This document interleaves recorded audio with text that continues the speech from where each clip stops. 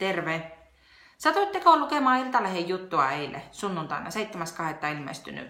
Yrittäjät kertovat karusta arjestaan, pitkää päivää, nolla tuloja. Sillä oltiin kuulkaa sitten avauduttu taas. Siellä yksi yrittäjä sanoi, että kun sillä jää vuodessa käteen 6500 euroa. Yksi yrittäjä sitten sanoi siellä, että häntä häiritsee se, kun ihmiset ajattelee, että hän haluaa vaan... Anteeksi, minun pitää lukea tästä näin. Yrittäjän mukaan yrittäjä, joka koettaa saada työstään korvausta, pidetään ahneena. Niin tämmöistä ollaan kehattu kirjoittaa nettiin. Ymmärrättekö tästä? Jos sä pyörität bisnestä, niin minkä hiton takia sä mietit, mitä naapuri ajattelee? Et mua ei vois vähempää kiinnostaa, jos joku ajattelee, että Parpala Jenni haluaa kiffellä tehdä voittoa. Sehän on se yrityksen ajatus. Eihän tää ole hyvän tekeväisyyttä, tää yritystoiminta. Niin sä sitten kehtaat nettiin kirjoittaa. Voi vitsi, että kun mulla nousi ihan verenpaine, kun mä luin tää juttu. No, esimerkiksi tällä meidän siivousalalla. Mä merkkaan tähän nyt, että mulla ei mene sekaisin. Siivousalalla. Meillä on paljon niin kuin naisia, yksi yrittäjä, joka siivoaa. Mä oon jutellut niiden kanssa, kun ne sanoo, että tämä on niin käestä suuhuelämistä. Ja mä oon sanonut, että miksi et nosta hintaa. Ei niin voi tehdä, että heti loppuu työt, jos me nostaa hintaa. No kyllä muuten voi. Mä olin Parantaisen Jarin koulutuksessa. Ja sieltä mä opin yhden tosi tähdellisen jutun. Se menee hiukset suuhun.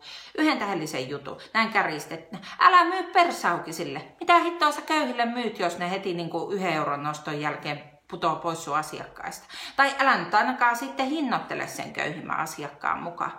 Mä tein sen koulutuksen jälkeen, paketoin vielä paremmin hintoja, eli laitoin, tuotteistin palveluita, viikkosiivous sieltä, tuotannon ja vähän kivaa ekstraa siihen ja hinta on tämä. Ei kukaan mun asiakkaista tiedä, mikä mun tuntihinta. Niillä voi olla joku käry, mutta ei se siihen tuntihintaan ole kaatunut. En mä muuten laittaisi 65 asiakkaalle niin kuin viime kuussakin laskua. Ne ehkä enemmän arvostaa sitä, että se on luotettava se palvelu, että se koti on oikeasti siivottu, ne tietää, ketä sinne tulee siivoamaan ja ne tietää, että se homma hoituu. Se hinta, niin se niin kuin numerohinta, niin se on vaan pieni osa sitä ostopäätöstä. Esimerkkinä, jos mä menen ostaa tälle mun vauvalle nyt itkuhälytintä, kuvitellaan, että se maksaa 50 euroa, alvi 24. Nostetaan 2% alvia, jolloin sen hinnaksi tulisi 50 euroa 80 senttiä osimoille. Niin ei sillä ole mitään väliä. Onko se 80 senttiä kalliimpi vai ei? Itse asiassa sillä ei olisi mitään väliä, että maksaisiko se 50 laite niin 70 euroa.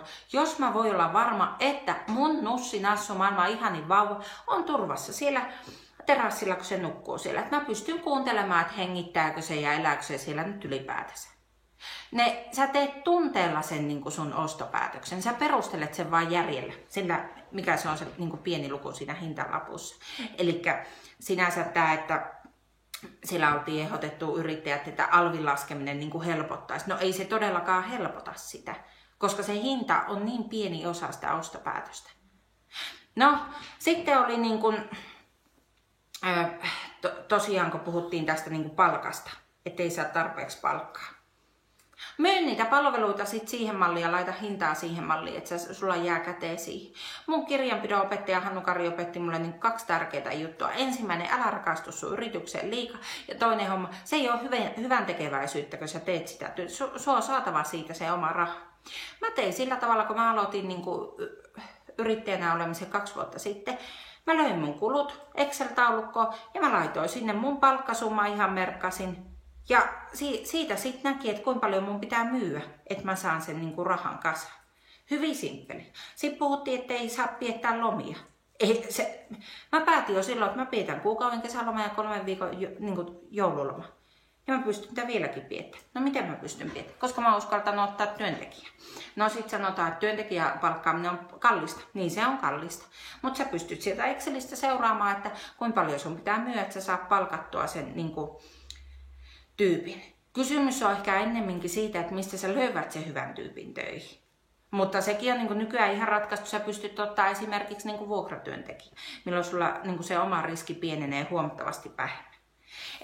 Tämä Hesburgerin, niin Hessuksikko sitä sanotaan. No kuitenkin se lepponen kaveri, se omistaja perustaja. Se sanoi mulle, että Jenni, yksi asia, että sä pystyisit kasvamaan yksin, että siihen malliin sit suunnittelet sitä liiketoimintaa. Ja se oli ihan oikeasta. En mä pysty 2 kädellä niin hoitaa 65 asiakasta. Mutta mä uskalsin ottaa sen riskin ja palkata työntekijää, nyt tää kasvaa.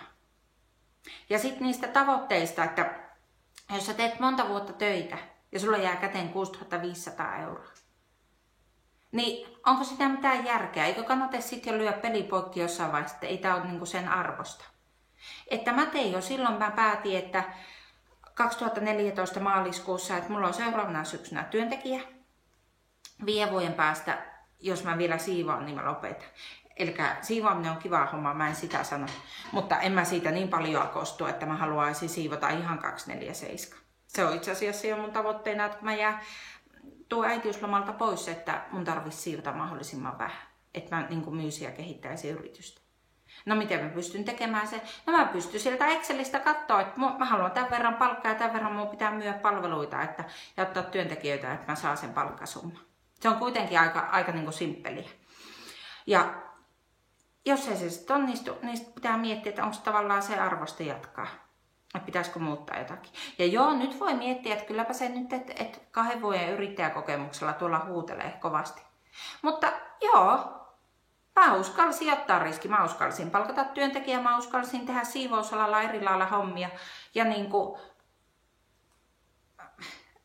nyt on aika niinku semmoiset kivat oltavat, voisiko sanoa. Ja kyllä kannatti. Ja sitten mun pitää vielä viimeiseksi sanoa. Tämä alvelvollisuuden alarajan niin nosto. Niin voi vitsi, että mua häiritsee se paljon. Se on ollut ennen 8500 euroa, että sun ei tarvitse maksaa alvia. Eli sä oot pystynyt myymään vaikka suklaapatukoita eurolla. Nyt kun se menee yli sen 8500 euroa, niin siitä pitää laittaa se alvi, eli hinta euro 24. Mä en ymmärrä, miksei se on tämmöistä alarajaa. Ei se vääristää kilpailua. Nyt se nostettiin 10 000 euroa. Ja siinähän tulee niinku välttämättäkin semmoinen, että eihän se yritys halua niinku välttämättä kasvaa. Että se alkaa junnaamaan sit, kun näitä on näitä sumplaajia. No toisaalta mua ei haittaa, että jos joku tekee pikkusen halvemmalla sitä siivoustyötä, se ei ole multa pois. Koska mä uskon edelleenkin, että se hinta on vain pieni osa sitä päätöstä, millä se niinku ostopäätös tehdään. Ja sen pitäisi kaikkien niinku ymmärtää. Että mieluummin mietittäisiin yrittäjille, että miten ne sais niinku tuotteistettua sen palvelun tai tuotteen niinku myyväksi ja miten ne myy sitä palvelua. Että niitä ei tarvitse miettiä sitä 24 senttiä siinä. Ja sitten tää, kun puhutaan tästä alvin tilityksestä. Niin mä sain kultaisen neuvon yhdeltä yrittäjältä, kun mä aloin. Sanoin, että Jenni, yksi asia, muista. Alvi ei ole ikinä sun rahaa. Se ei ole vaan sun rahaa. Sä et saa käyttää sitä. Sä siirrät se alvirahan toiselle tilille ja tilität sieltä niin kuin valtiolle. Ja se on ihan tosiasia. Ei se, niin kuin, vaikka yrittäjä perii sen, niin se liiketoiminta ei saa pyöriä sen varassa, että syö niitä alvirahoja. Koska se ei ole missään vaiheessa sun oma raha. No joo. No, se näistä hitsi maanantai-tunnelmista. Mä lähden nyt viemään mun lommosta autoa korjatteelle. Kun tiedättekö, mua on pakko vielä sanoa. Jos sulla on puhelinpalvelu, niin vastaa siihen puhelinpalveluun. Ei liity tähän autoon, vaan niin liittyy Netvisoriin. Kun mä koitin soittaa 9 aukesi palvelu, mä soitan vielä 9:30. Ei ole auennut. Sitten mä sain jostain kiinni, sanoin, että joo, siellä on nyt kokous päällä ja näin.